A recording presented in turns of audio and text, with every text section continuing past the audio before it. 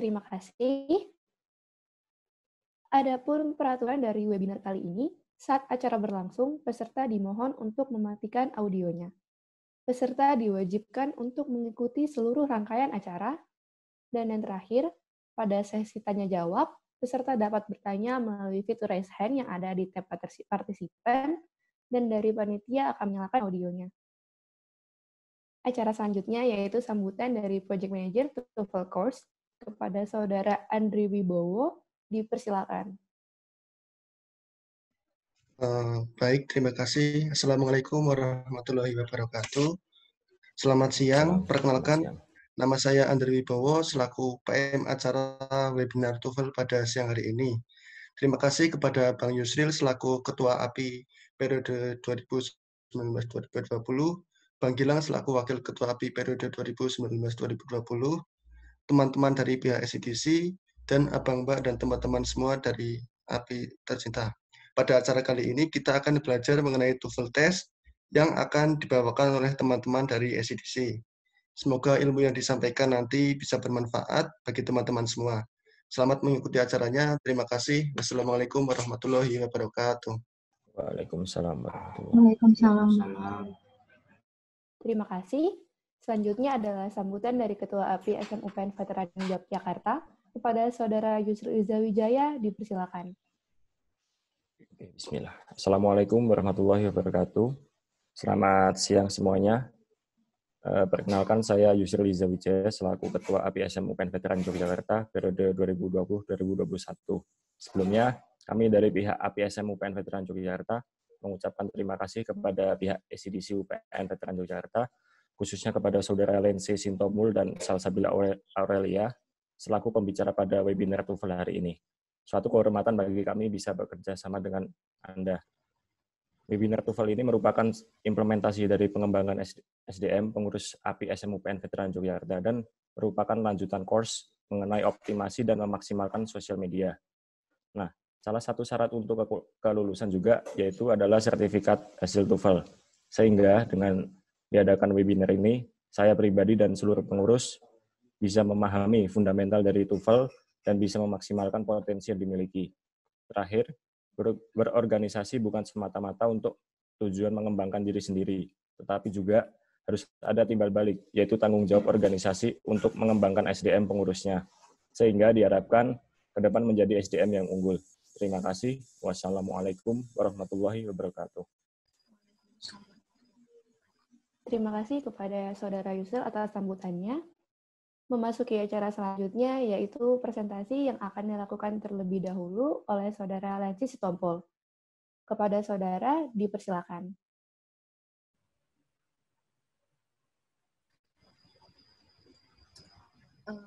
Sebelumnya mungkin sebelum Saudari Lense membuka materi pada hari ini, perkenalkan dulu, saya dan Lense merupakan perwakilan dari ECDC yang akan membawakan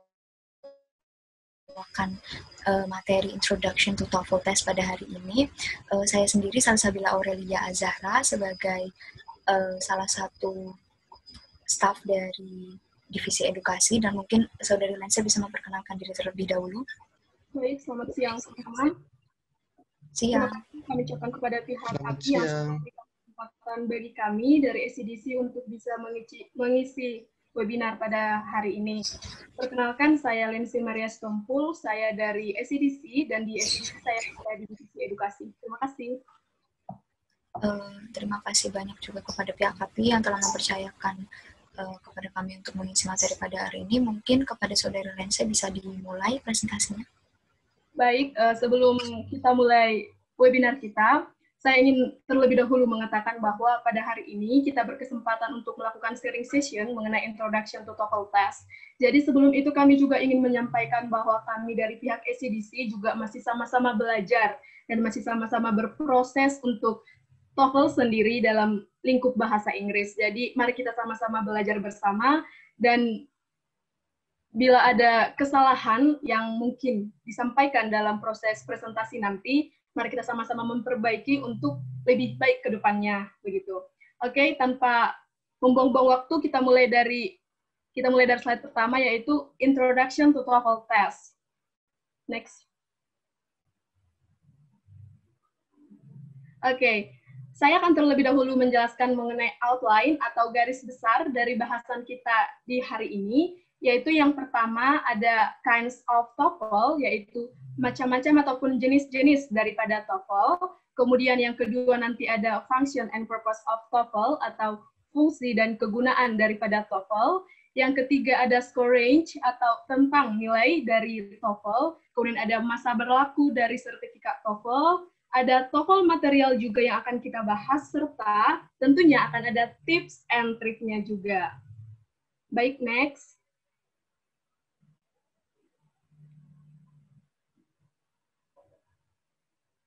Oke, untuk bahasan pertama kita ada kinds of TOEFL atau jenis-jenis daripada TOEFL. Pada kesempatan kali ini kita akan membahas mengenai dua jenis daripada TOEFL, yaitu ada Internet Based Test atau IBT, dan ada Institutional Testing Program atau ITP. Next.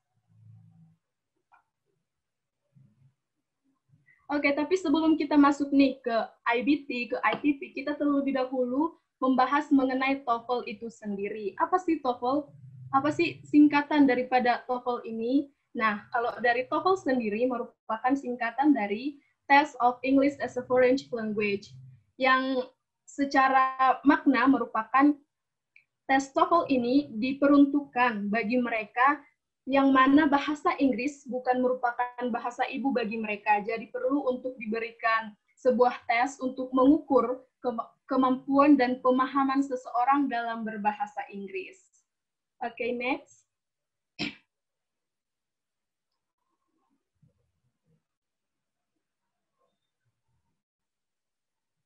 Oke, kita mulai dari yang pertama, ada ITP atau Institutional Testing Program. Teman-teman bisa lihat di share screen-nya di sini. Dari kata institusional ini bisa kita artikan yang berarti institusi, perguruan tinggi, atau lembaga begitu. Jadi secara pihak penyelenggara, ITP ini diselenggarakan oleh perguruan tinggi atau lembaga bahasa terpercaya. Dan apabila ada teman-teman yang mengikuti tes TOEFL yang ITP, itu nanti akan memiliki sertifikat TOEFL yang berskala nasional. Tetapi walaupun sertifikatnya berskala nasional, English Skill Test atau tes yang diujikan itu tetap berskala internasional. Dan apa sih English Skill Test yang akan diujikan nanti? Itu ada listening, ada structure and written expression, dan ada reading. Jadi ada 3 part atau 3 bagian yang akan diujikan dalam ITP ini. Dan kemudian untuk durasinya akan diberikan waktu 90 sampai dengan 120 menit untuk menjawab soal-soal yang diberikan oleh pihak penyelenggara. Dan untuk masa berlakunya nih, untuk sertifikat ITP ini, masa berlakunya itu adalah selama 2 tahun sejak sertifikatnya diterbitkan. Next. Oke, yang kedua itu tadi ada IBT atau Internet Based Test. Apa sih yang membedakan antara ITP dan IBT? Tadi yang ITP diselenggarakan oleh lembaga pendidikan tinggi atau lembaga bahasa yang terpercaya. Namun untuk Internet Based Test ini nanti dia akan menggunakan media komputer dan internet dalam pelaksanaannya. Kemudian sertifikat yang dimiliki jika mengikuti tes TOEFL yang IBT itu adalah sertifikat yang berskala internasional. Jadi ini salah satu pembeda antara ITP dan IBT. Bukan hanya itu, English Skill Test yang diujikan juga berbeda. Untuk Internet-based test, English Skill Test yang diujikan itu ada reading, ada listening, ada speaking, dan writing. Jadi, untuk IBT sendiri itu ada 4 part atau 4 bagian yang akan diujikan.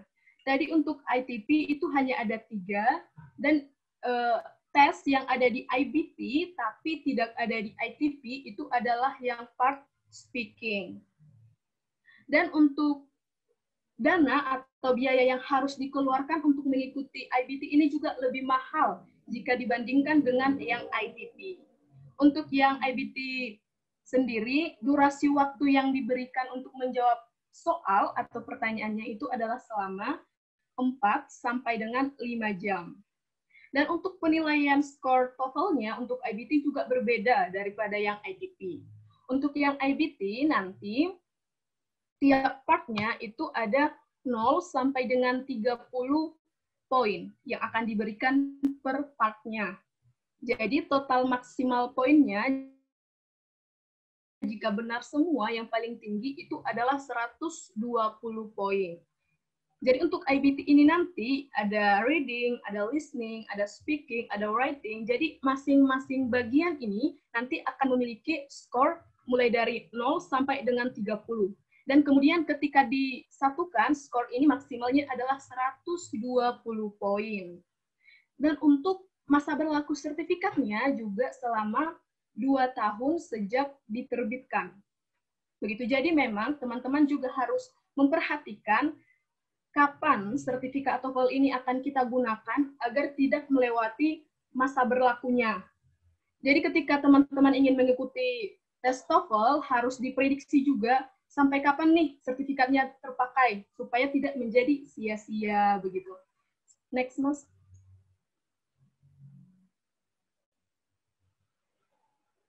Oke, kita masuk ke bahasan yang function and purpose of TOEFL, atau fungsi dan kegunaan daripada TOEFL. Kenapa sih kita harus memiliki sertifikat TOEFL, untuk apa gitu? Nah, yang pertama, seperti yang udah saya sampaikan di awal, bahwa tes TOEFL ini sangat perlu untuk mengukur kemampuan seseorang dalam berbahasa Inggris. Jadi itu fungsi yang pertama. Kemudian yang kedua nih, ada untuk applying job atau melamar pekerjaan. Jadi jika ingin melamar pekerjaan ke luar negeri, itu nanti akan membutuhkan sertifikat TOEFL. Namun bukan cuma untuk melamar ke luar negeri, di lingkup regional atau di Indonesia, di negara kita saat ini juga sudah banyak yang membutuhkan sertifikat TOEFL sebagai prasyarat agar diterima untuk bekerja begitu. Kemudian yang ketiga itu adalah untuk persyaratan melanjutkan pendidikan strata 2 atau master. Kemudian sertifikat TOEFL ini memang harus ada dan harus dimiliki oleh mereka-mereka yang ingin melanjutkan pendidikan ke jenjang strata 2. Baik itu dalam lingkup nasional maupun dalam lingkup internasional. Dan yang keempat untuk sidang kelulusan strata 1. Tadi sudah disinggung oleh Masnya tentang kepentingan daripada sertifikat TOEFL ini untuk menyelesaikan studi kita di S1. Jadi memang benar bahwa jika ingin menyelesaikan pendidikan di jenjang strata 1 harus memiliki sertifikat TOEFL sebagai prasyarat begitu. Kemudian untuk melamar beasiswa. Saat ini mungkin teman-teman udah sering banget mendengar ataupun membaca bahwa ada penerimaan beasiswa luar negeri yang mengharuskan memiliki sertifikat TOEFL begitu. Tapi bukan hanya beasiswa luar negeri, tapi juga beasiswa dalam negeri yang sudah meminta harus memiliki sertifikat TOEFL. Jadi dari semua fungsi, dari semua kegunaan yang diberikan pada hari ini, teman-teman mungkin sudah dapat memahami bahwa pentingnya memiliki sertifikat TOEFL. Begitu. Next. Oke, kita masuk ke scorage atau rentang nilai. Mungkin teman-teman bertanya, pernah mengikuti tes TOEFL kemudian mendapatkan skor sekian begitu. Mungkin teman-teman bertanya dalam hati, ini skorku aku udah masuk ke tingkat apa ya? Udah termasuk mahirkah atau udah termasuk hebatkah begitu. Nah, di sini kita akan membahas itu. Dari poin 310 sampai dengan 420 itu dikatakan tingkat dasar atau elementary. Jadi jika ada yang memiliki poin TOEFL, itu di antara rentang nilai ini itu dikatakan pada tingkat dasar atau elementary. Kemudian di atasnya lagi ada tingkat menengah bawah atau low intermediate, yaitu berkisar antara 421 sampai dengan 480. Kemudian dari poin TOEFL 481 sampai dengan 524 itu dikatakan tingkat menengah atas atau high intermediate. Nah, yang paling tinggi nih, ada tingkat mahir atau advance, itu berkisar antara 525 sampai dengan 677. Tapi kami juga akan mengingatkan kepada teman-teman bahwa score range ini adalah tentang nilai secara umum. Jadi ada beberapa lembaga-lembaga tertentu yang juga memiliki tentang skor yang sedikit berbeda dari yang kami sajikan hari ini. Tapi tetap sama bahwa scale-nya atau skalanya itu tetap merentang dari poin 310 sampai dengan 677. Jadi tidak sampai dengan 800 poin begitu ya. Kemudian juga ada minimum score atau minimal daripada skor TOEFL. Semisal teman-teman ingin mengikuti beasiswa luar negeri nih atau mengikuti sesuatu aktivitas yang membutuhkan sertifikat TOEFL. Jadi nanti akan diberikan nilai minimum begitu. Misalnya sekian begitu. Tapi kebanyakan pada saat ini skor minimum TOEFL itu adalah 550.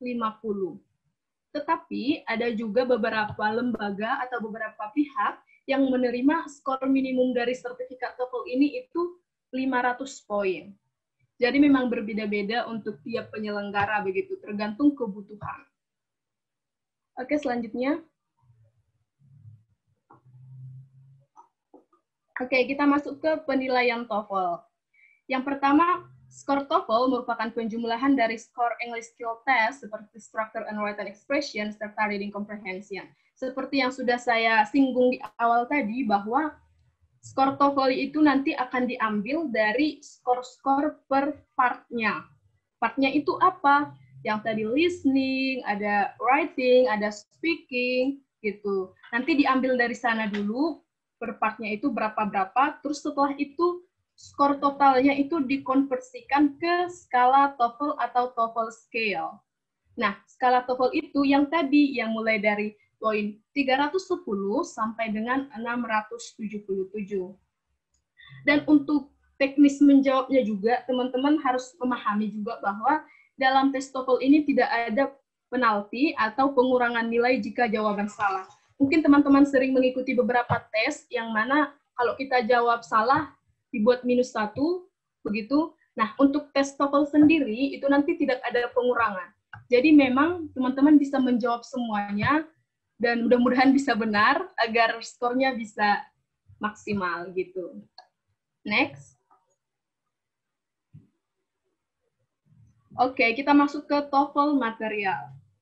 Tadi kan udah kita jelasin tentang English Skill Test yang diujikan, sekarang kita akan membahas materi-materi apa yang akan diberikan dalam tes TOEFL ini, begitu. Yang pertama itu ada listening comprehension, kemudian ada structure and written expression, dan ada reading comprehension. Kita akan bahas satu persatu mengenai TOEFL material ini. Oke, kita mulai dari yang pertama. Next. Ada listening comprehension. Listening comprehension ini merupakan salah satu bagian dari English Skill Test, di mana tujuannya adalah untuk mengukur kemampuan seseorang dalam spoken English. Jadi ini tuh untuk mengukur pengetahuan kita dalam berbahasa Inggris secara lisan. Nah, nanti dalam teknis tesnya itu nanti peserta akan diberikan kesempatan untuk mendengarkan berbagai jenis percakapan yang sudah direkam. Nanti di soal tersebut akan dibuat sebuah rekaman, kemudian akan teman-teman dengar, diberikan kesempatan beberapa kali, tergantung penyelenggara, kadang ada 2 kali, 3 kali, atau kadang hanya sekali, begitu. Nanti akan berikan kesempatan mendengar beberapa waktu, kemudian teman-teman harus benar-benar teliti di bagian ini, mendengar apa yang disampaikan dan menangkap apa sih pokok yang disampaikan dalam percakapan atau dalam rekaman tersebut, karena pertanyaan yang akan disampaikan nanti itu akan berkenaan dengan yang disampaikan melalui perekaman, begitu. Jadi harus didengar dengan baik-baik supaya bisa mengerti dan memahami mengenai apa yang disampaikan dalam percakapan tersebut. Next. Oke, ada structure and written expression. Nah, tujuan untuk mengetahui Tujuannya adalah untuk mengetahui kemampuan peserta dalam mengenali English grammar yang benar. Mungkin teman-teman udah banyak yang mulai belajar atau sudah mahir dalam English grammar. Jadi nanti pada part structure and written expression, nanti teman-teman akan diminta untuk memilih jawaban yang benar atau mencari kata yang salah dalam sebuah kalimat. Nanti akan diberikan option A, B, C, D, begitu nanti akan disuruh memilih antara option tersebut mana nih yang paling tepat dengan pertanyaan yang disampaikan. Maka teman-teman memang harus mempersiapkan diri dengan English grammar yang benar supaya bisa mengetahui kalimat ini tuh benar apa salah. Dan apa sih yang harus kita perbaiki, apa yang harus kita tambahkan dalam kalimat ini agar dapat menjadi sebuah kalimat yang utuh dan kalimat yang benar. Dan untuk part ini itu akan dibagi menjadi dalam 2 kelompok. Tadi kan ada structure and written expression. Jadi structure itu satu part, dan written expression juga satu part. Jadi dalam structure and written expression ini ada 2 part. Untuk yang soal structure itu disebut dengan part A, dan yang written expression itu disebut dengan part B. Dan nanti akan diberikan juga petunjuk mengenai soal-soal yang baik itu structure, baik itu yang written expression begitu. Dan untuk soalnya nanti ada 40 soal pada bagian structure and written expression ini dengan pembagiannya 15 soal pada part A. Part A tadi yang structure. Kemudian ada 25 soal untuk yang part B atau yang written expression begitu. Next.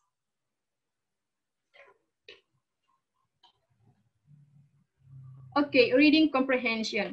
Bagian ini itu untuk menguji kemampuan peserta dalam memahami, menginterpretasi, dan menganalisis teks-teks bahasa Inggris dengan tema yang beragam.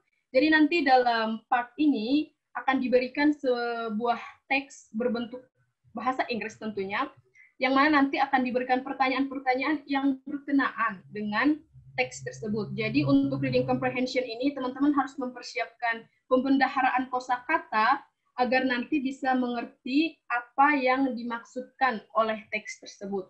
Dan topik ataupun tema yang diangkat dalam teks tersebut itu tidak terpaku hanya pada satu konsep, tetapi juga beragam. Bisa berasal dari sejarah, bisa berasal dari budaya, bisa berasal dari lingkungan, begitu. Tidak terpatok hanya pada satu konsep. Jadi memang teman-teman harus memiliki pembendaharaan kosakata yang banyak serta membiasakan diri untuk membaca dengan cepat agar waktu yang diberikan itu bisa terpakai dengan maksimal dan teman-teman bisa menjawab soal-soal yang diberikan dengan baik. Next.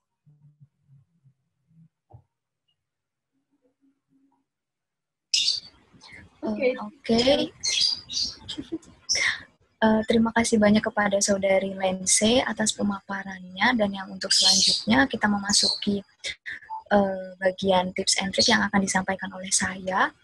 Mungkin bisa di next slide.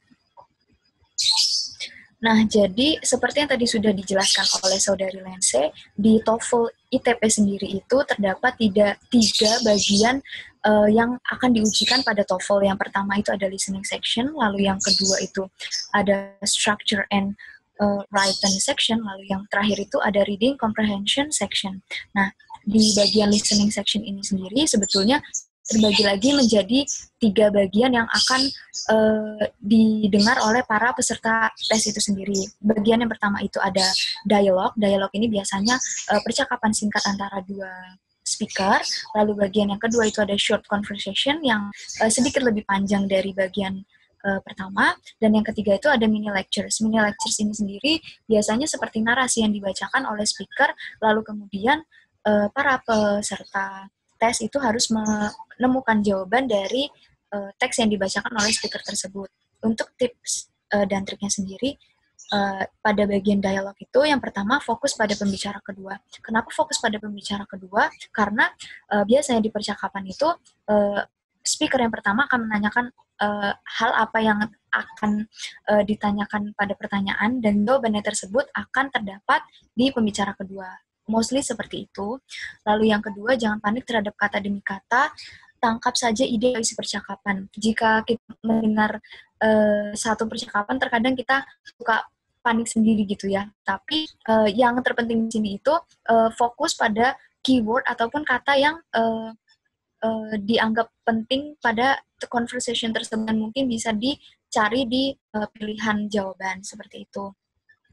Lalu yang ketiga, jika kamu sama sekali tidak bisa memahami apa yang diucapkan pembicara kedua, pilihlah jawaban yang paling berbeda dari apa yang telah didengar. Karena biasanya jawaban yang berbeda itu yang tidak terdapat di speaker yang tidak terdapat pada dialog yang dibacakan oleh speaker seperti itu. Lalu yang terakhir itu pahami bentuk-bentuk functional expression seperti agreement, uncertainty, suggestion, surprise, idiomatic expression, dan situasi ketika pembicaraan dilakukan. Sebenarnya yang terdapat di bagian dialog ini itu bentuk-bentuk seperti ekspresi fungsi seperti persetujuan, ketidakyakinan, lalu saran atau masukan, dan ekspresi terkejut. Dan ada juga ekspresi-ekspresi idiom ataupun mungkin kalau misalnya di bahasa Indonesia kan seperti peribahasa, seperti itu.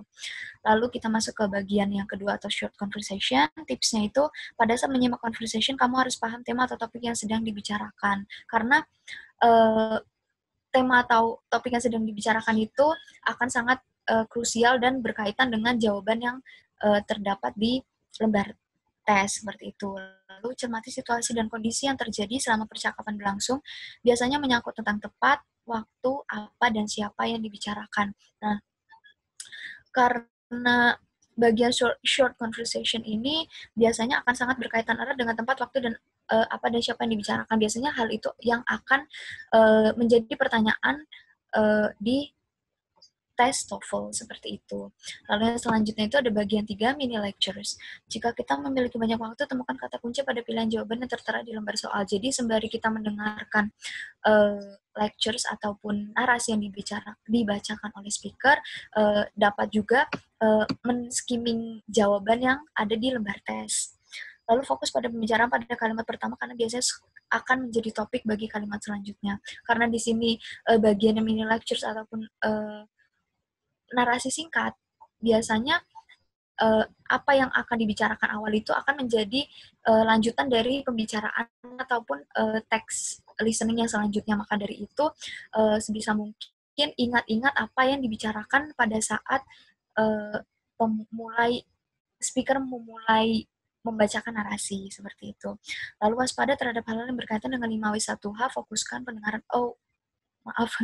Jadi hampir mirip seperti short conversation, biasanya pertanyaan-pertanyaan yang berpusat atau berputar pada mini lectures ini, hal-hal yang ditanyakan seperti apa, siapa, di mana, waktu, dan tempat yang dibacakan oleh narasi speaker pada narasi tersebut. Lalu buat kesimpulan atas situasi yang terjadi saat pembicaraan dilakukan. Seperti itu, mungkin bisa di next. Nah, lalu yang selanjutnya itu bagian kedua dan ketiga, yaitu written and structure section dan reading comprehension section. Written and structure part ini akan menguji para peserta tes dalam pemahaman grammar dan tenses ataupun tata bahasa Inggris.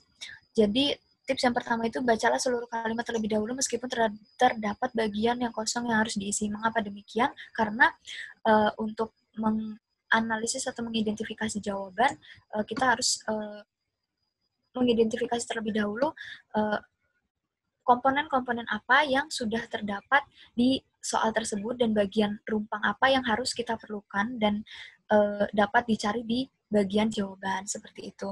Lalu cobalah mengisikan kalimat tersebut dengan opsi A. Jadi untuk ini sebetulnya untuk opsi A itu dapat dilihat terlebih dahulu apakah sesuai atau cocok dengan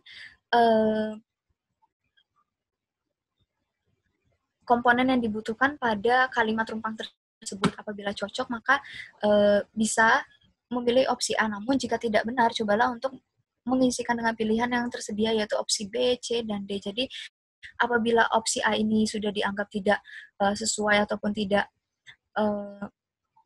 tidak tepat untuk kalimat rumpang tersebut, kita dapat men-skimming pilihan opsi yang lainnya.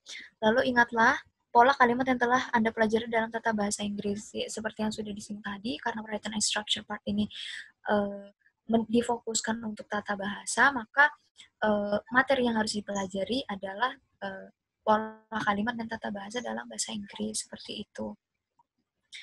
Lalu sebetulnya di written and structure ini ada dua bagian, yaitu mengisi kalimat rumpang, dan yang kedua itu memilih kata yang salah di kalimat tersebut. Dan keduanya itu sangat berkaitan erat dengan pemahaman peserta tes terhadap tata bahasa Inggris.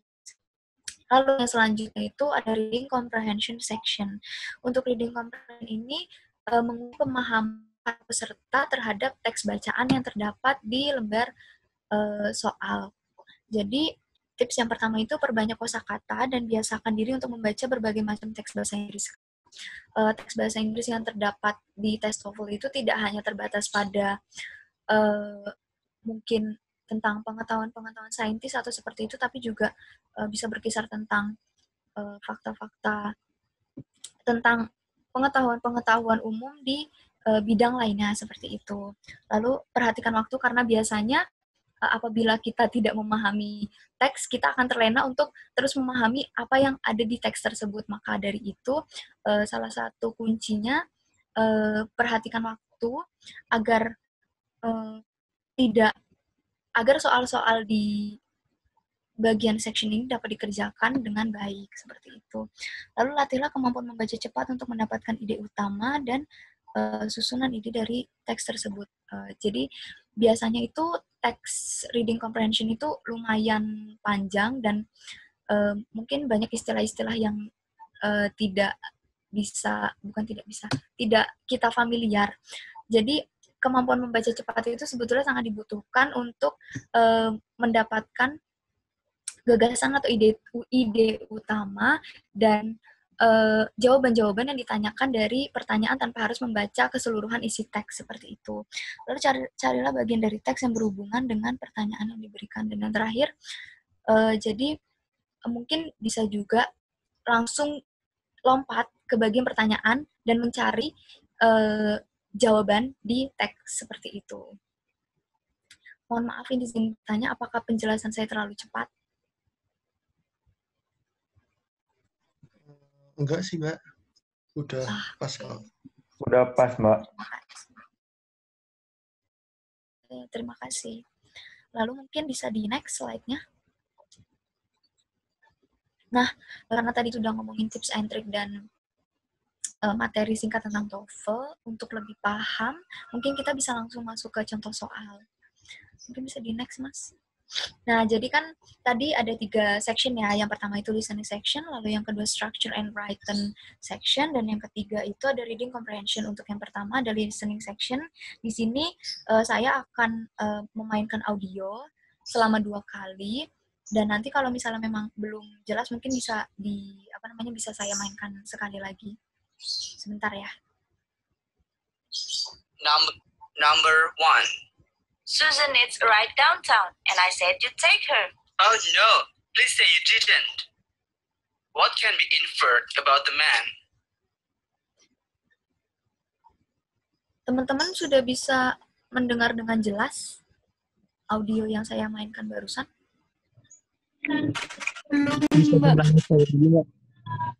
Gimana? Kurang jelas ya? Oke. Siap. Mungkin diulang sekali lagi tadi ya, Mbak? Oke, ya. Number 1. Susan needs a ride downtown, and I said you'd take her. Oh no, please say you didn't. What can be inferred about the man? Apakah jelas? Jelas, Mbak. Oke. Mungkin dari teman-teman API sendiri ada yang mau mencoba menjawab dulu atau menjelaskan isi dari percakapan dari kedua speaker tadi? Atau mau langsung saya jelasin aja? Mbak, diulangi, Mbak. Kayaknya tadi oh iya. kecepatan deh. Oke. Sekali lagi ya, Mas. Iya. Number 1. Susan needs a ride downtown, and I said you take her. Oh no, please say you didn't. What can be inferred about the man?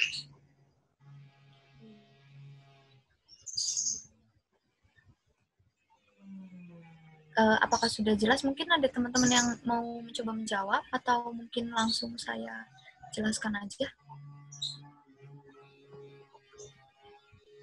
Gimana dari teman-teman, ada yang mau jawab nggak? C gak sih? Feeling. Yang mana, Mas? C. Yang C. Betul. Betul. Jadi dari percakapan tadi itu, ini kan pertanyaannya apa yang bisa kita ketahui dari laki-laki, dari percakapan dari si laki-laki tersebut. Nah, si speaker A itu mengatakan bahwa Susan itu yang membutuhkan tumpangan, dan speaker A yang wanita itu ngomong kayak si laki-laki ini akan memberikan tumpangan kepada si Susan. Lalu si speaker yang B atau yang laki-laki ini mengatakan, oh, namanya please bilang kamu nggak ngomong kayak gitu ke si Susan. Jadi kita imply dari percakapan tersebut adalah he doesn't want to give Susan a ride. Jadi si laki-laki ini nggak mau memberikan Susan tumpangan, seperti itu. Ini kalau misalnya yang opsi A, ada yang tahu artinya apa?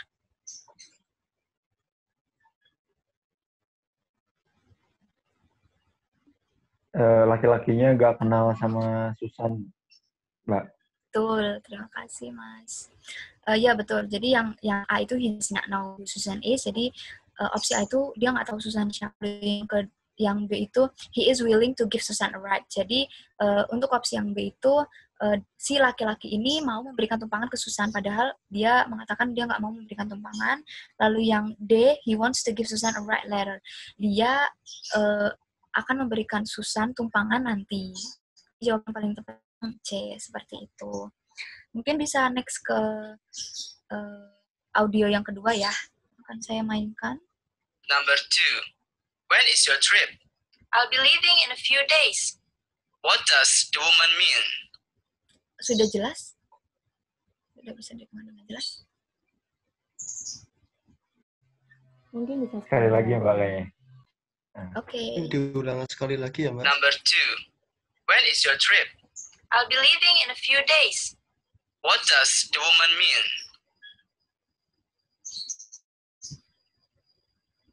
Mungkin ada yang mau menjawab atau menjelaskan dulu. Ada yang mau menjawab?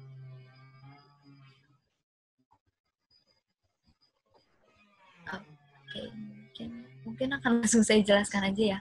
Jadi di percakapan singkat barusan itu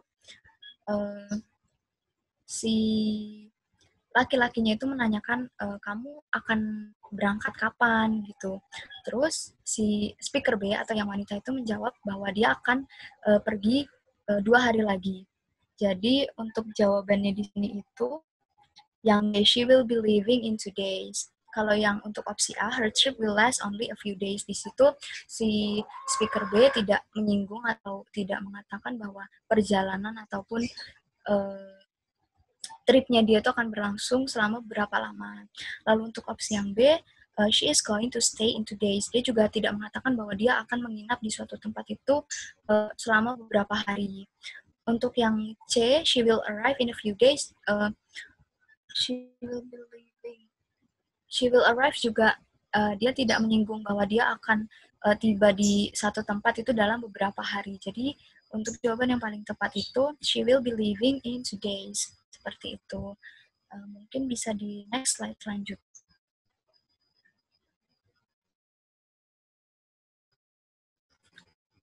Mungkin bisa di next. Suara saya terdengar nggak ya? Justin, tolong di next.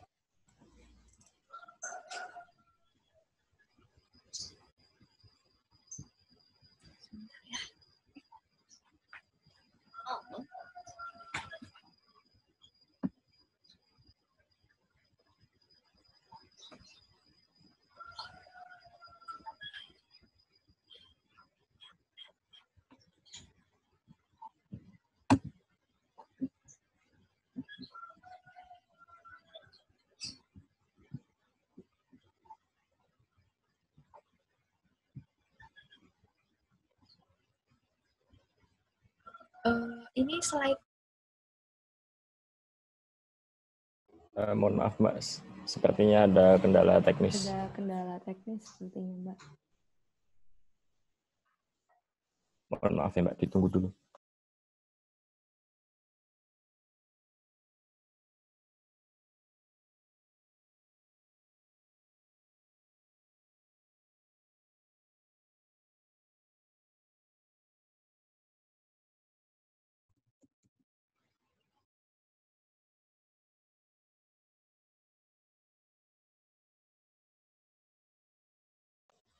Sudah Mbak?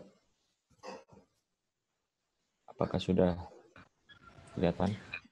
Mohon maaf, tadi koneksi saya sepertinya juga terputus. Oke, lanjut ke pertanyaan nomor 3 ya. Akan saya play audionya. Sebentar. Suara saya terdengar kan ya? Terdengar, Mbak? Masuk kok, Mbak. Oke. Question 41 to 44.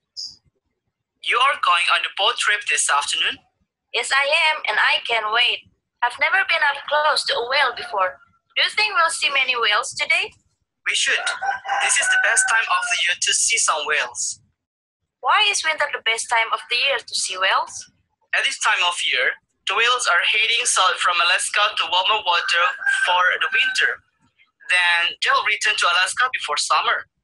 How long is the boat trip? Do you know? The boat leaves at 1 o'clock and returns at about 3 o'clock. Only a 2-hour trip? Yes. The whales travel pretty close to shore, so we don't need to go out very far in the ocean to see them. I guess 2 hours is probably enough. I've never actually been out on the ocean in a boat, and I'm not really sure I like it. Number 41. What are the man and woman talking about? Ini apakah perlu diulang sekali lagi audionya? Cukup jelas ya, Mbak. Oke, cukup jelas. Mungkin ada teman-teman yang mau mencoba menjawab dulu tadi. What are the men? Jawabannya A. Ya, betul. Terima kasih. Mantap. Mungkin dijelaskan Mas, kenapa boat trip? Mereka berdua kayak bahas ada paus ya yang kelihatan di permukaan atau apa tadi ya kayaknya sih. Betul. Oke, terima kasih kepada Mas Yusril atas jawabannya. Iya benar, jadi yang dibicarakan oleh speaker A dan B, tadi speaker 1 dan 2 itu adalah tentang perjalanan menaiki kapal untuk melihat sekumpulan paus yang sedang bermigrasi pada saat musim dingin, seperti itu. Jadi jawabannya paling tepat untuk audio dan pertanyaan tadi itu adalah a boat trip, seperti itu. Untuk yang audio lebih panjang seperti ini itu biasanya ditujukan untuk beberapa pertanyaan seperti yang tadi itu, questions from number 41, from 44 or 43 if I'm not mistaken. Jadi biasanya satu audio seperti ini itu dimainkan 1 atau 2 kali dan kita sudah harus mengingat untuk 3 atau 4 pertanyaan selanjutnya, seperti itu. Lalu begitupun juga dengan questions yang selanjutnya akan saya mainkan audionya. Question 49 to 52. Robert Edwards was blinded in an automobile accident 9 years ago. He was also partially deaf because of old age. Last week, he was strolling near his home when a thunderstorm approached. He took refuge under a tree and was struck by lightning. He was knocked to the ground and woke up some 20 minutes later, lying face down in water below the tree. He went into the house and lay down in bed. A short time later, he awoke. His legs were numb and he was trembling. But when he opened his eyes, he could see the clock across the room fading in and out in front of him. When his wife entered, he saw her for the first time in 9 years. Doctors confirmed that he has regained his sight and hearing, apparently from the flash of lightning. But they are unable to explain the occurrence. The only possible explanation offered by one doctor was that since Edwards lost his sight as a result of trauma in a terrible accident, perhaps the only way it could be restored was by another trauma. Number 49. What caused Robert Edwards' blindness? Oke, apakah perlu saya ulangi audionya atau cukup sekali? Cukup, Mbak. Mungkin ada teman-teman yang ingin menjawab pertanyaan barusan. Kayaknya sih jawabannya A, Mbak. Kayaknya. Yang D, Mbak. Iya. Car accident nih. Accident automobile. Nah, Yang Oke, Yang jadi- pertama. jadi iya. mungkin ada teman-teman yang mau menjawab lagi. Coba diulang aja, Mbak. Kayaknya yang awal-awal enggak. Audionya saya ulang sekali lagi ya. Haha. Oke. Wait. I'm sorry. Sebentar. Question 41 to 44. Question 49 to 52. Robert Edwards was blinded in an automobile accident 9 years ago. He was also partially deaf because of old age. Last week, he was strolling near his home when a thunderstorm approached. He took refuge under a tree and was struck by lightning. He was knocked to the ground and woke up some 20 minutes later, lying face down in water below the tree. He went into the house and lay down in bed. A short time later, he woke. His legs were numb and he was trembling. But when he opened his eyes, he could see the clock across the room fading in and out in front of him. When his wife entered, he saw her for the first time in 9 years. Doctors confirmed that he has regained his sight and hearing, apparently from the flash of lightning. But they are unable to explain the occurrence.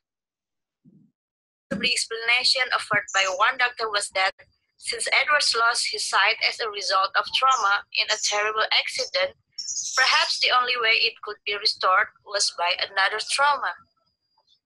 Number 49. What caused Robert Edwards' blindness? Oke. Oke, kayaknya sih jawabannya Kayaknya D, bener. D ya. Di awal-awal tadi enggak kedengeran. Oke, terima kasih atas antusiasme teman-teman dan menjawab ya. Jadi jawaban yang tepat itu adalah he was in a car accident. Jadi dalam narasi yang dibacakan tadi itu si Robert Edward ini itu mengalami mengalami buta itu akibat kecelakaan mobil yang dialami 9 tahun yang lalu. Lalu dia juga tidak bisa mendengar lagi itu karena umurnya sudah tua. Namun kemudian pada satu hari itu dia sedang strolling atau jalan-jalan gitu, lalu dia tiba-tiba tersambar petir dan pada saat sekembalinya ke rumah dia bisa melihat lagi seperti itu. Jadi memang harus didengarkan baik-baik karena narasinya sedikit lebih panjang dan pertanyaannya ini juga ditujukan untuk lebih dari satu soal sehingga harus listen attentively seperti itu. Next, Mas, mungkin. Nah, kita masuk ke bagian structure and written section. Untuk yang bagian pertama ini mengisi kalimat rumpang. Mungkin ada teman-teman yang mau mencoba menjawab nomor 5 dulu. Bla bla bla received law decrees as today. Yang A, never so many women have. Yang kedua, never have so many women. The women are not ever. Women who have never. Mau langsung masuk ke pembahasan aja atau mungkin ada yang mau mencoba menjawab dulu? Sebentar.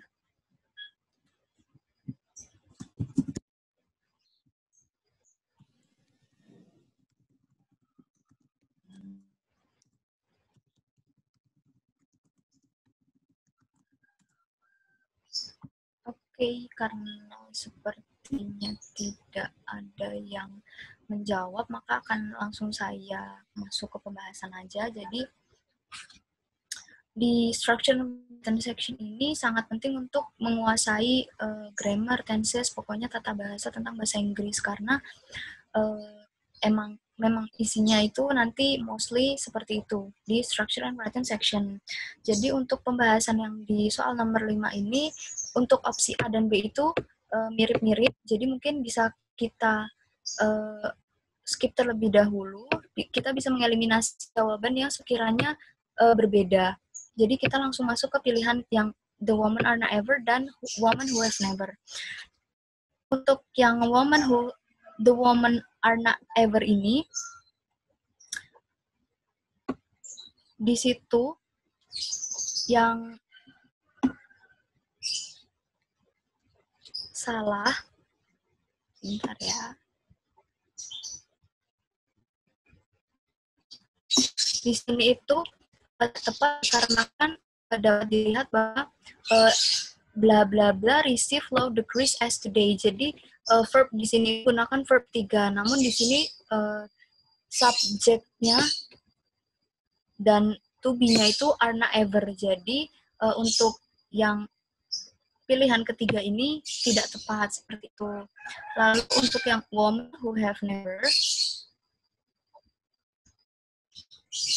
yang woman who have never ini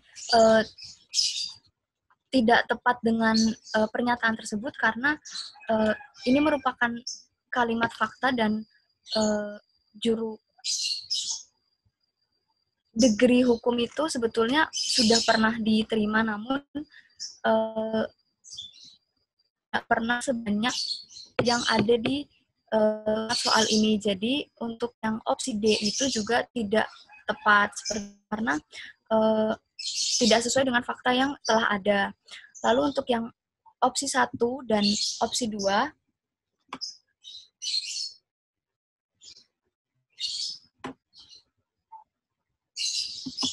itu karena sangat mirip dengan satu sama lain, mari kita lihat di opsi yang pertama dulu. Never so many women have. Ini untuk sebetulnya untuk susunan kalimat itu yang benar itu adalah subject plus has or have, lalu ditambah never, ditambah verb in past participle form.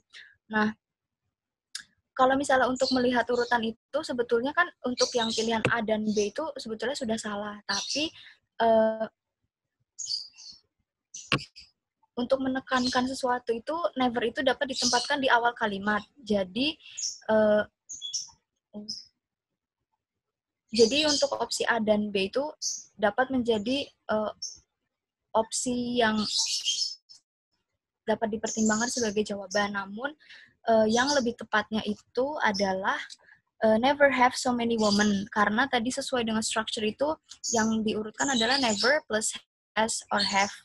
Jadi jawabannya adalah yang never have so many women receive low degrees as today, seperti itu.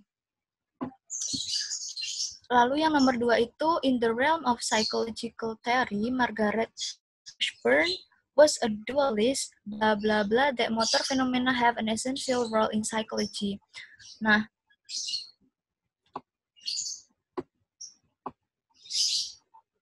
karena di sini sudah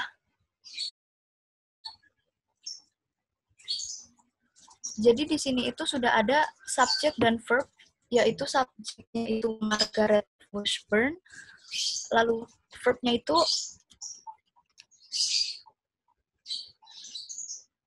dualis.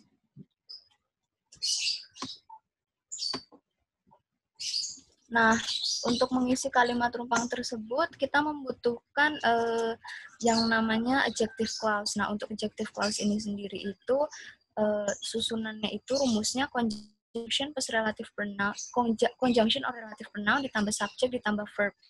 Nah, mungkin kita bisa lihat di opsi A dan D. Opsi A itu who she believe, dan opsi yang D itu who did she believe. Itu tidak tepat karena sudah ada subjek di sini sehingga kita tidak membutuhkan subjek lagi. Jadi kita bisa langsung pindah ke B atau C. Nah, untuk pilihan yang ini, yang tepat itu yang terdapat conjunction atau relative pronoun, dan conjunction atau relative pronoun itu sendiri ada terdapat di pilihan B, sehingga jawaban yang tepat adalah jawaban yang B, seperti itu. Lalu masuk ke soal yang nomor 3.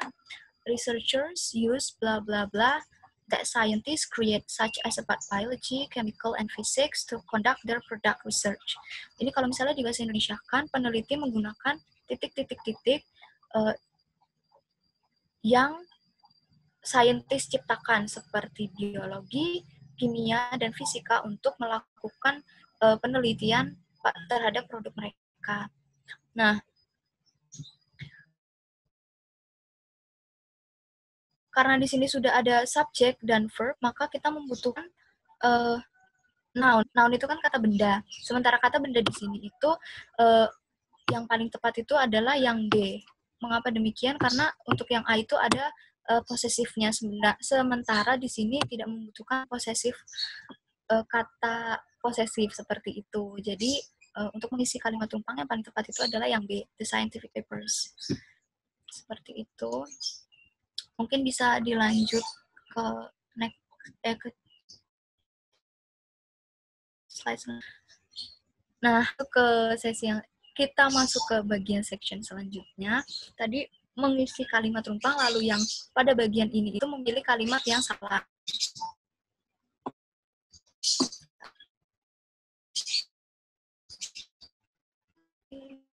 Jadi, on Ellesmere Island in the Arctic, fossil forest consists of a nearly 100 lifetimes on an expo. Mungkin ada teman-teman yang mau mencoba menjawab dulu, atau langsung ke pembahasan aja kali ya. Jadi, untuk pola soal seperti ini itu kita harus melihat opsi A, B, C, dan D, manakah yang tidak sesuai dengan kalimat yang ada di soal tersebut. Kalau misalnya di nomor 8 ini, yang tidak sesuai adalah yang B. Mengapa demikian? Karena kata nearly itu sebetulnya tidak tepat, karena di sini itu dapat kita lihat bahwa setelahnya itu terdapat kata benda stumps, di sini plural, dan plural itu tidak memerlukan indefinitive article atau artikel A. Jadi yang perlu dieliminasi di sini itu adalah yang opsi B, seperti itu. Lalu nomor selanjutnya itu, the surface conditions on the planet Mars are the more like the Earth than are those of any other planet in the solar system. Untuk yang ini, pilihan yang salah itu adalah yang the more. Mengapa demikian? Karena untuk pola komparatif kalimat itu sebetulnya tidak memerlukan imbuhan the. Jadi apabila terdapat kalimat komparatif, maka biasanya hanya terdapat more or most, tidak terdapat imbuhan the-nya, seperti itu. Lalu untuk yang selanjutnya itu, the midnight sun is a phenomenon in which the sun visible remains in the sky for 24 hours or longer. Nah, untuk soal yang ini, yang salah itu merupakan pilihan yang B. Mengapa demikian? Karena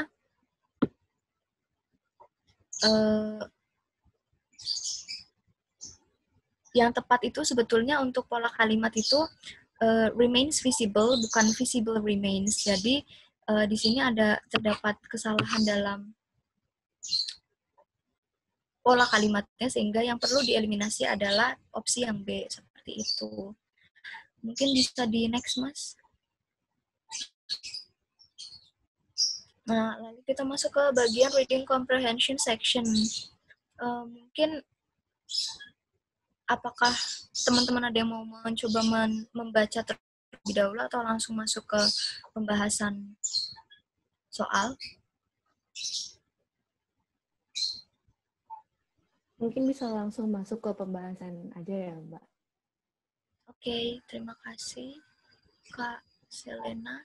Mungkin bisa di slide selanjutnya, Mas. Nah, jadi yang penting di reading comprehension section itu sebetulnya adalah pemahaman peserta terhadap isi bacaan yang ada di teks tersebut. Nah, jadi secara singkat, teks yang tadi itu membicarakan tentang penemuan tentang Max Planck yang menemukan rumus kuantum kalau tidak salah, dan rumusnya ini itu sangat berjasa bagi penemuan rumus-rumus yang selanjutnya ditemukan. In which of the following fields did Max Planck not make a significant contribution? Mungkin bisa di ke previous slide, ke slide sebelumnya. Dapat dilihat di paragraf ketiga, di baris kedua, yang throughout his life, Planck made significant contributions to optics, thermodynamics, and statistical mechanics, physical chemistry, and other fields. Nah, jadi di situ kan ada jawabannya ya. Jadi dia memberikan kontribusi terhadap optik, termodinamika, mekanika statistika, kimia, fisika, dan bidang lainnya. Mungkin bisa bisa ke next slide. Optik, termodinamika. Nah, tadi yang ada itu optik, termodinamika, statistical mechanics, dan yang tidak terdapat di teks adalah biology. Jadi, jawaban untuk questions number 11 ini yang biologi. Oke. Lalu, the word revolutionary as used in line 15 means, nah, ini kalau misalnya yang seperti ini itu memerlukan pemahaman dari masing-masing individu, karena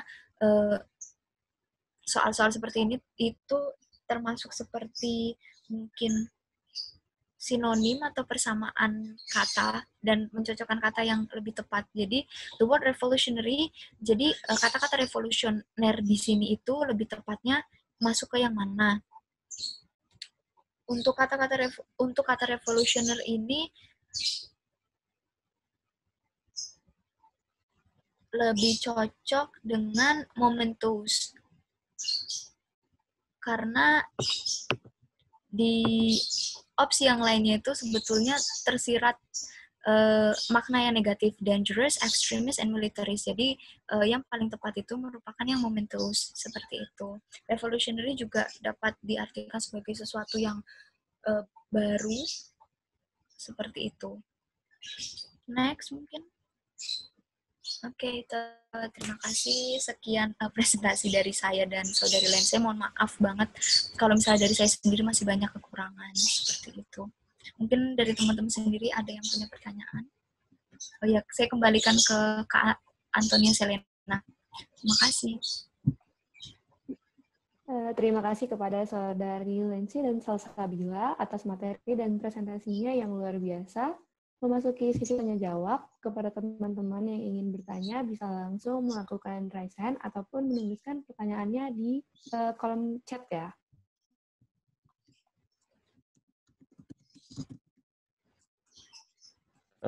Permisi Mbak, mau nanya nih.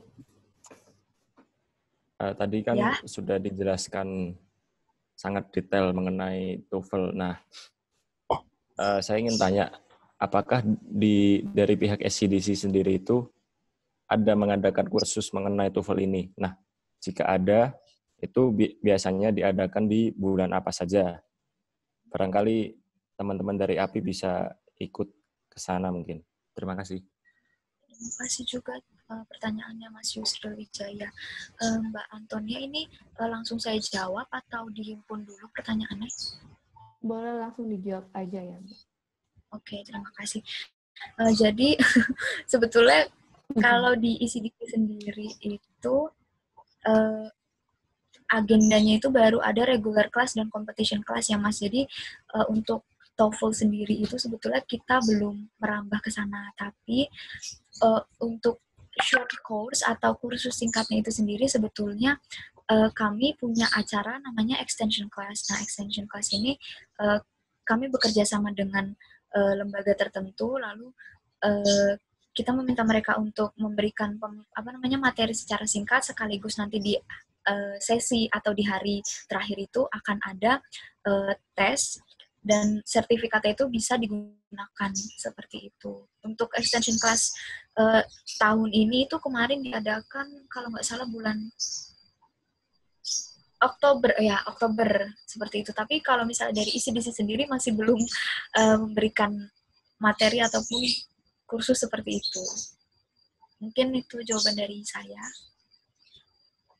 Oke, Mbak. Terima kasih atas jawabannya. Sama-sama, Mas Yusril.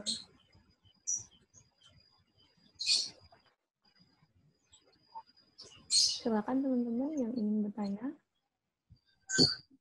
Ada pertanyaan nih Mbak dari Aura Alma. Saya bacakan ya. Izin bertanya Mbak, apakah lembaga bahasa Inggris seperti IELTS atau IELTS jika mengadakan tes TOEFL termasuk ke dalam jenis IPT, dan sertif TOEFL-nya sudah pasti berskala nasional dan bisa digunakan untuk keperluan seperti saat akan mendaftar ke jenjang S2? Oke, terima kasih pertanyaannya Mbak Aura Alma. Ini akan saya jawab mungkin ya. Jadi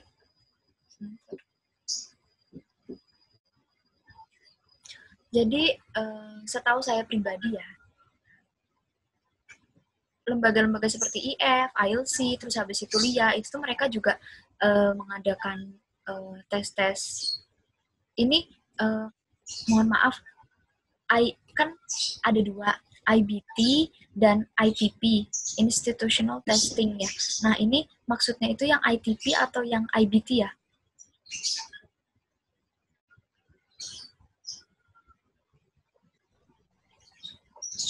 Mungkin bisa dijelasin aja kali Mbak dua-duanya.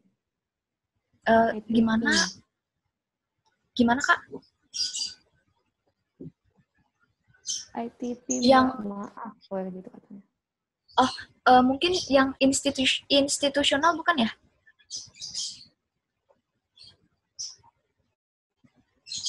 Kalau misalnya saudari Rara bisa langsung on mic aja kali ya.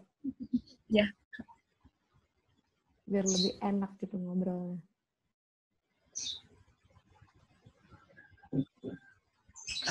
Oke. Ini saya anggap mungkin ITP ya. Jadi Institutional Testing Program itu biasanya memang diadakan oleh lembaga-lembaga bahasa Inggris seperti itu. IF, IELTS, terus habis itu mungkin LIA, itu mereka memang mengadakan mengadakan tes-tes seperti itu. Dan iya, sebetulnya itu termasuk, sepengetahuan saya, itu termasuk ke dalam tes ITP. Ya, kalau S2 sendiri, jadi di sertifikat TOEFL itu ada nomor seri, dan biasanya nomor serinya itu yang membuktikan kredibilitas sertifikat TOEFL tersebut. Biasanya kalau misalnya untuk jenjang S2 yang dalam negeri, itu ITP masih diterima. Tapi kalau misalnya untuk skala luar negeri, itu biasanya yang diperlukan itu IBT. Mengapa demikian? Karena memang requirements-nya sudah berbeda. Kayak gitu.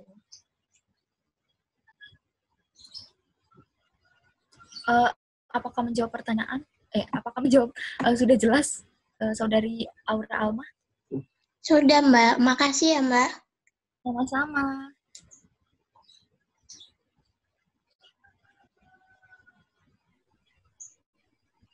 Selamat siang, Mbak. Perkenalkan, nama saya Dinda. Saya kan belum pernah ikut TOEFL nih.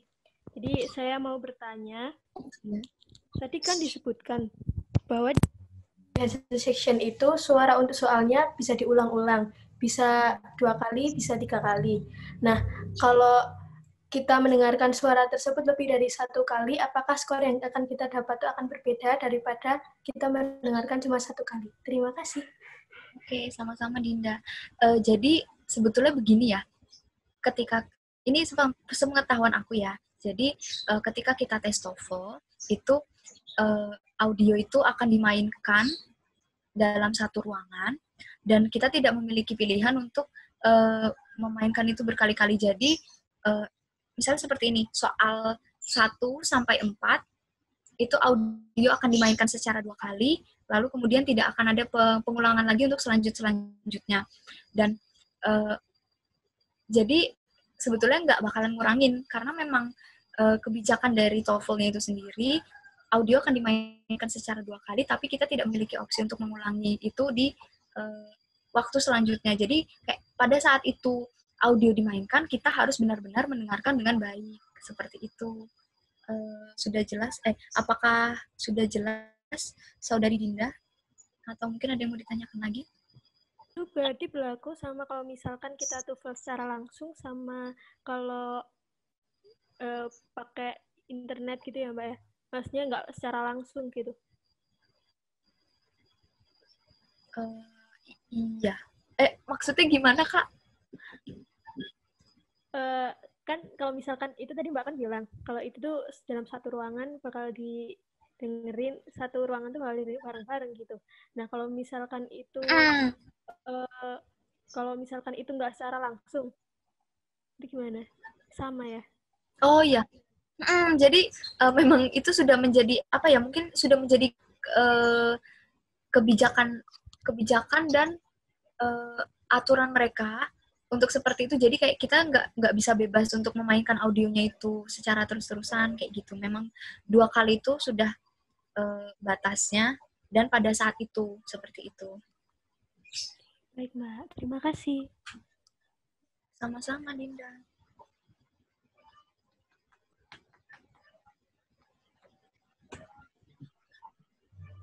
Mbak, izin nanya nyambung sama yang barusan pertanyaan Dinda. Itu kan yang di bagian listening tuh kata Mbak lewat speaker ya, gitu. Itu selalu emang lewat speaker apa ada emang beda-beda, ada yang pakai earphone gitu? Aku kira kayak UNBK dulu gitu, pakai earphone, jadi kita bebas ngulang-ulang gitu. Oke, terima kasih. Ya,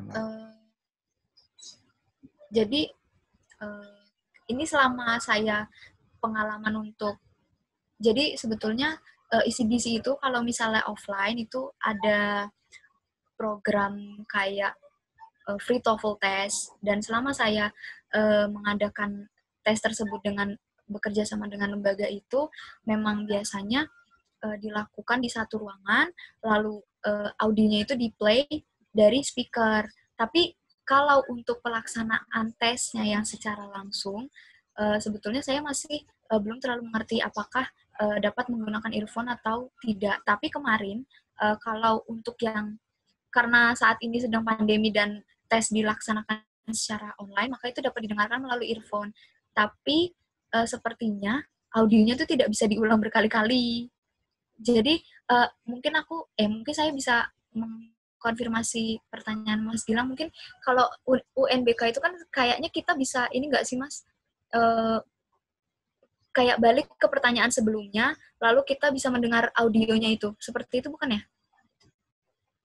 Ya kalau nggak salah maksimal 2 kali kalau. Itu di UNBK atau di TOEFL-nya? Di UNBK. Kalau nggak salah. Kalau misalnya di TOEFL sendiri, sebetulnya saya TOEFL online sendiri saya masih belum terlalu mengerti. Tapi kalau misalnya offline biasanya itu lewat speaker dan kita nggak bisa mendengar audionya lagi. Karena kan listening section itu di bagian pertama, lalu setelahnya itu masuk ke bagian written structure dan reading comprehension. Jadi setelahnya itu tidak akan ada audio yang dimainkan lagi. Jadi ketika kita mengisi soal-soal yang listening section itu berdasarkan apa yang sudah kita dengar, kayak gitu. Oh gitu, ya Mbak. Makasih Mbak. Sama-sama. Mbak mau nanya Mbak? Iya. Kalau lembaga TOEFL atau IELTS atau TOEFL ya Mbak, yang recommended itu apa aja ya Mbak? Terutama yang ada di Jogja gitu. Sama supaya kita tahu mengenai lembaga tes TOEFL itu kredibel dan recommended itu gimana ya Mbak tips memilihnya? Makasih. Oke. Sama-sama Mas. Jadi kan TOEFL sendiri itu diadakan oleh ITS ya. ITS itu yang menaungi TOEFL seluruh dunia. Lalu ITS ini menunjuk IIEF IIEF, maaf, itu lembaga studi pendidikan bahasa Inggris kalau nggak salah di Indonesia, dan di web IIEF ini kita bisa melihat lembaga-lembaga mana saja yang bekerja sama dengan IIEF ini untuk mengadakan tes TOEFL itu, dan di situ biasanya sudah ada jadwalnya juga. Mungkin nanti akan saya sertakan webnya, bisa dicek sebentar ya.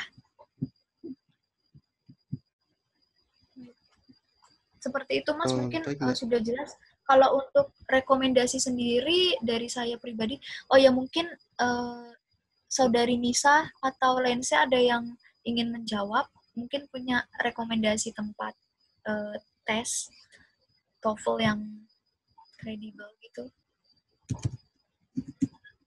Untuk kalau saya izin masuk ya Mbak, kalau untuk tes lembaga yang melakukan tes TOEFL, untuk kami pihak SKDC sendiri itu sudah beberapa kali itu mempercayakan kesempatan kepada lembaga SWIFT yang ada di Jogja juga untuk menjadi penyelenggara untuk free TOEFL yang kami berikan kepada member baru di SCDC. Jadi nanti setiap tahunnya itu akan ada open recruitment member, nanti kemudian ada proker kami yang mana nanti ada extension kelasnya itu ada TOEFL. Nah, pihak yang kami ajak untuk bekerja sama untuk menjadi penyelenggara tes TOEFL-nya itu adalah dari yang SWIFT ini. Jadi kami menyarankan apa yang sudah kami pernah ajak bekerja sama. Gitu, Mas. Oke, terima kasih kepada Saudara Lense. Mungkin saya boleh coba share screen untuk nunjukin websitenya? Boleh Mbak, silakan. Oke. Bisa share screen. Hostnya mendisable untuk share screen. Udah bisa belum Mbak? Dicoba lagi. Ya. Oh ya bisa. Oke. Apakah sudah terlihat di layar?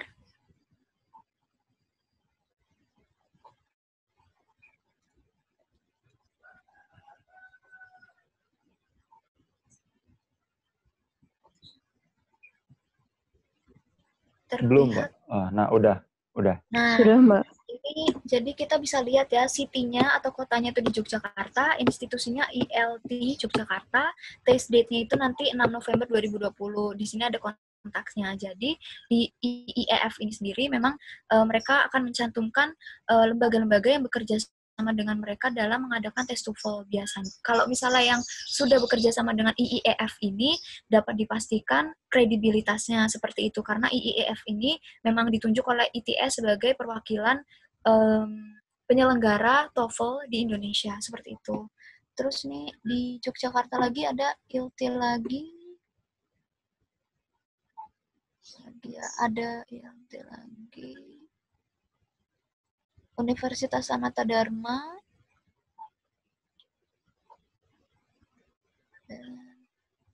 Mungkin itu ya. Tapi setahu saya Lia juga bekerja sama kayaknya deh. Kayak gitu.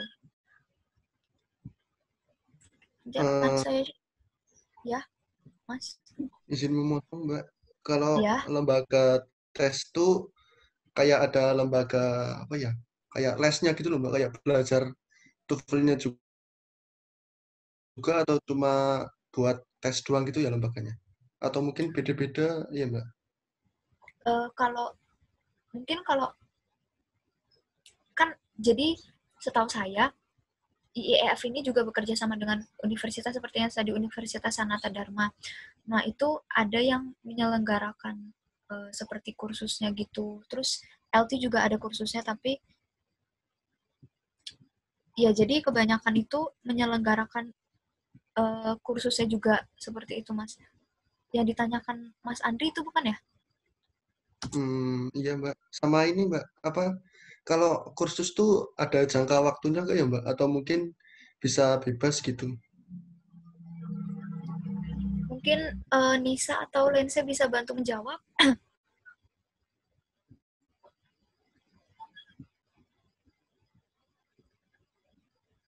Soalnya mau buat belajar-belajar gitu, Mbak.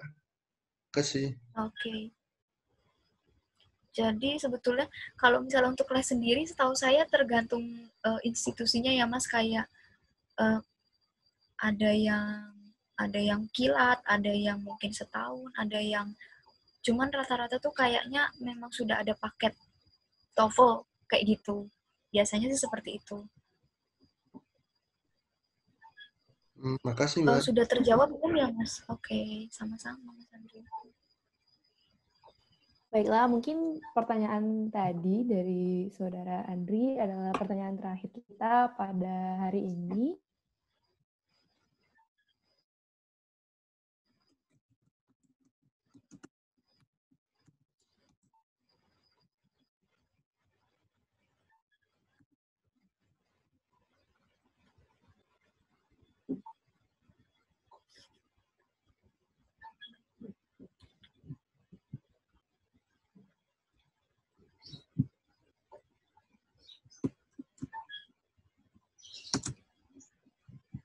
Mohon maaf, Mbak, mungkin dari MC lagi kendala teknis. Oh ya, oke. Mungkin langsung saya ambil alih aja ya. Buat teman-teman, sehabis sesi Q&A ini adalah sesi cara kuis seru-seruan via aplikasi Kahoot yang akan dibawakan oleh Justin. Kepada saudara Justin, dipersilakan. Ya. Mohon maaf, sepertinya tadi ada kendala. Jadi sampai. Udah kok, Len, langsung ke Justin ini. Oh ya, silakan Justin. Ya, Assalamualaikum warahmatullahi wabarakatuh. Selamat siang semuanya. Jadi di sesi ini kita akan seru-seruan tentang pertanyaan tentang TOEFL tadi, akan diajarin kuis di Kahoot. Ini sebentar aku share dulu.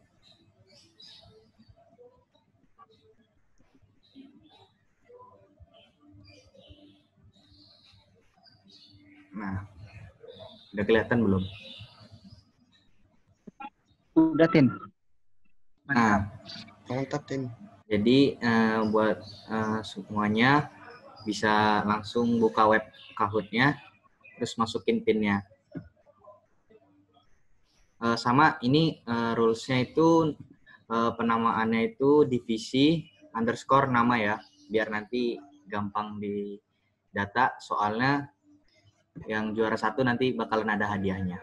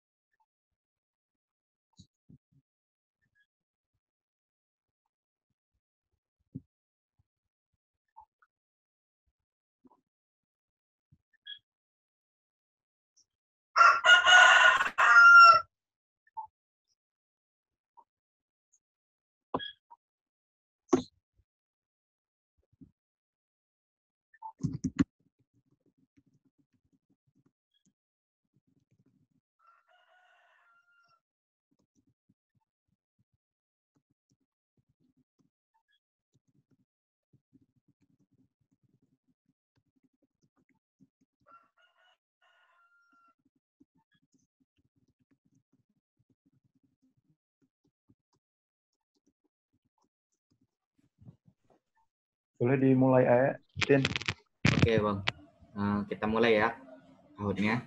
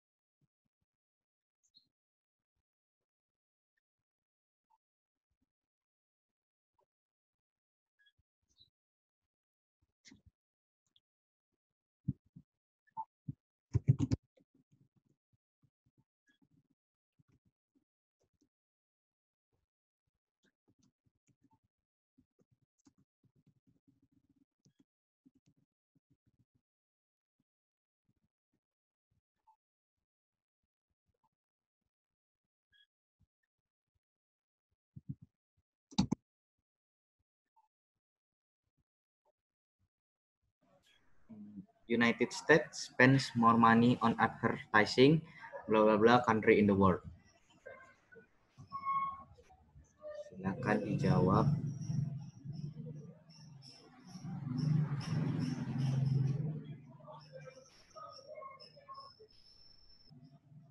Ya, jawabannya than any other.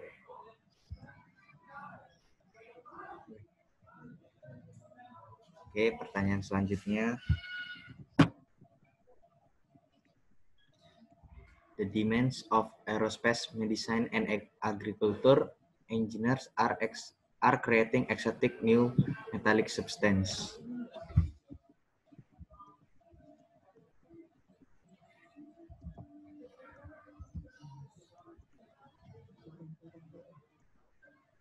Nah, jawabannya to meet. Next, pertanyaan selanjutnya. Blah blah blah, James A. Bland, Carry Me Back to Old Virginia was adopted as the state song of Virginia in 1940.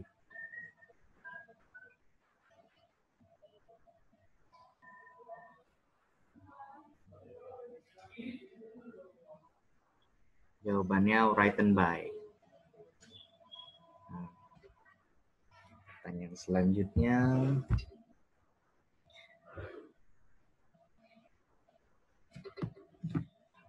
Mary Garden, blah blah blah, the early 90s was considered one of the best singing actress of her time.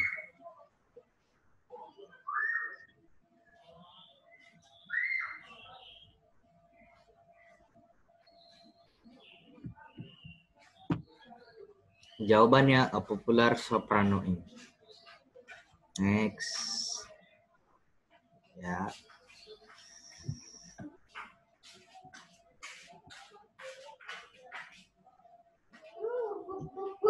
In the realm of psychological theory, Margaret F. Washburn was a dualist. Blah blah blah. That motor phenomena have an essential role.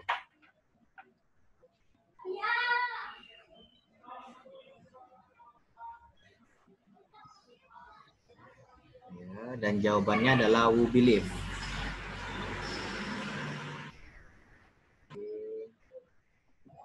Pertanyaan selanjutnya.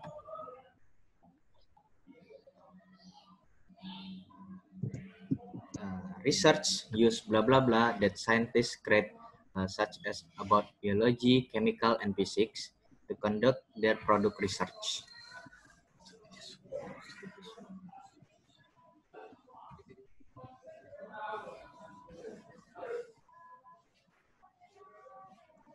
Nah, jawabannya the scientific papers. Next. Ya, ini masuk ke pertanyaan yang model lain. Jadi di sini find the wrong answer from the underlined sentence. The Humber River and its valley from a major salmon fishing, lumberjack hunting, and farmer region in western Newfoundland, Canada. Jadi dicari kalimat yang tidak tepat. Oke, jawabannya D. Next. Masih jenis soal yang sama. Energy research, medicinal tourism, and copper and molybdenum mining are important to the economy of Butte, Montana.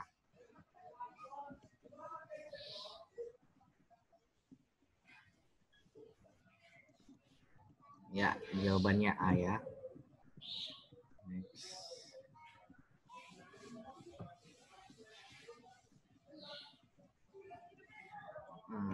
Because of the advancement of technology, it becomes more easy to connect with other people.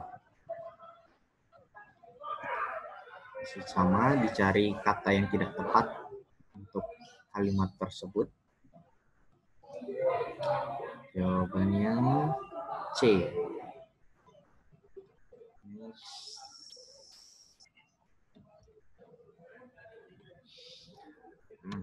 On Ellesmere Island in the Arctic, on one fossil forest consists of nearly 100 large stumps scattered on an exposed coal bed.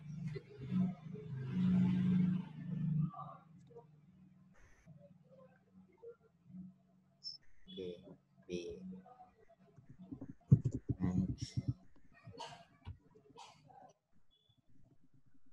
Nah, ini the surface condition on the planet Mars are the more like the Earth than are those any other planet in the solar system.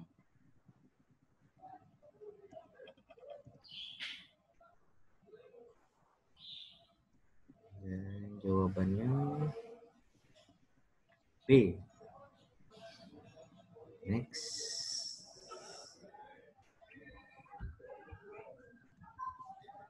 The midnight sun is a phenomenon in which the sun visibly remains in the sky for 24 hours or longer.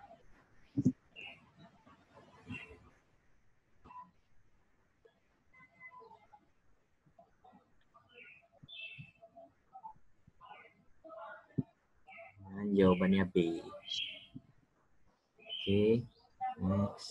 Ini pertanyaan terakhir ya. The Humber River and its valley from a major salmon fishing, lumbering, hunting, and farmer region in western Newfoundland, Canada.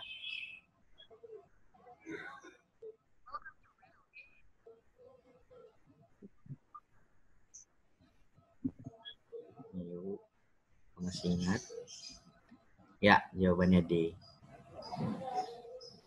Oke, ini dia juara-juara dari tahun kita pada hari ini, di mana juara 3 ada Aan dari divisi KK, lalu ada Ellen dari divisi event, dan juga ada Mbak Bernadette dari divisi acara. Nah, selamat kepada para pemenang dari Kahoot ini. Nanti urusan hadiahnya bakalan dijelasin sama Andri ya. Oke, terima kasih. Terima kasih. Sengaja dikalahin biar orang lain yang menang hadiah. Mungkin buat hadiah langsung tak jelasin aja ya daripada bingung. Jadi kami dari panitia buat acara kuis Kahoot tadi, buat yang juara 1 akan mendapatkan hadiah uang tunai sebesar 50 juta rupiah yang akan dikirim sama bendahara kami yaitu Dinda. Kepada Mbak Bernadette mungkin nanti langsung menghubungi Rinda aja kali ya Mbak. Buat bayar kas aja sekalian udah, nggak usah ditransfer. Waduh, gaya banget ini. Oke. Saya dikasih SP lagi. Lu. Waduh. Langsung Jangan berarti masuk kas. Langsung masuk kas. Baik, mungkin dari hadiah itu ya dari saya. Makasih. Baiklah, sekian webinar TOEFL Course pada hari ini. Kami selaku panitia mengucapkan terima kasih banyak kepada para pembicara karena telah bersedia meluangkan waktunya untuk ikut berkontribusi dalam kelangsungan acara webinar TOEFL Course hari ini. Saya Antonia Selena Nawawi sebagai Master of Ceremony pada acara hari ini pamit undur diri dan mewakili para panitia mengucapkan mohon maaf apabila melakukan kesalahan selama acara ini berlangsung. Assalamualaikum warahmatullahi wabarakatuh. Waalaikumsalam. Waalaikumsalam warahmatullahi wabarakatuh. Waalaikumsalam warahmatullahi wabarakatuh.